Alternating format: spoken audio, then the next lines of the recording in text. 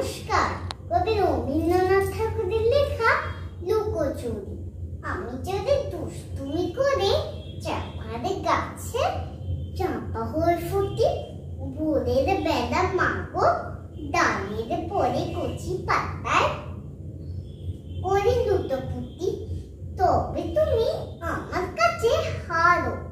তখন কি মা চিনতে আমায় পারো? তুমি ডাকো, খোকা কোথায় রে? আমি শুধু হাসি চুপটি করে। যখন তুমি থাকবে যে কাছে নিয়ে, সবই আমি দেখবো নয়ন মিলে।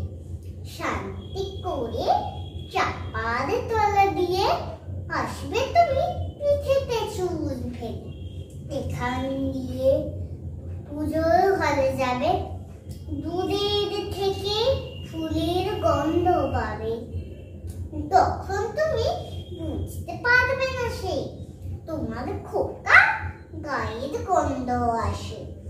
দুপুর বেলা মহাভারত হাতে বসবে তুমি সবার খাওয়া হলে। গাছের ছায়া ঘরের জানালাতে পড়বে এসে তোমার পিঠে কোলে। আমি আমার ছোট্ট ছায়াখানি দোলাবো তার বইয়ের পরে আনি। তখন তুমি বুঝতে পারবে না সে তোমাদের চোখে খোকার ছায়া ভাসে।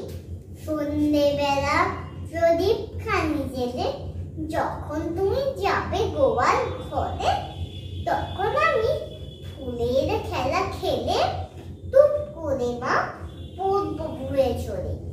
আবার আমি তোমার খোকা হব, গল্প বলো তোমায় গিয়ে কব।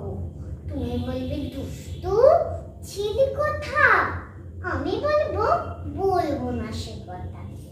নমস্কার।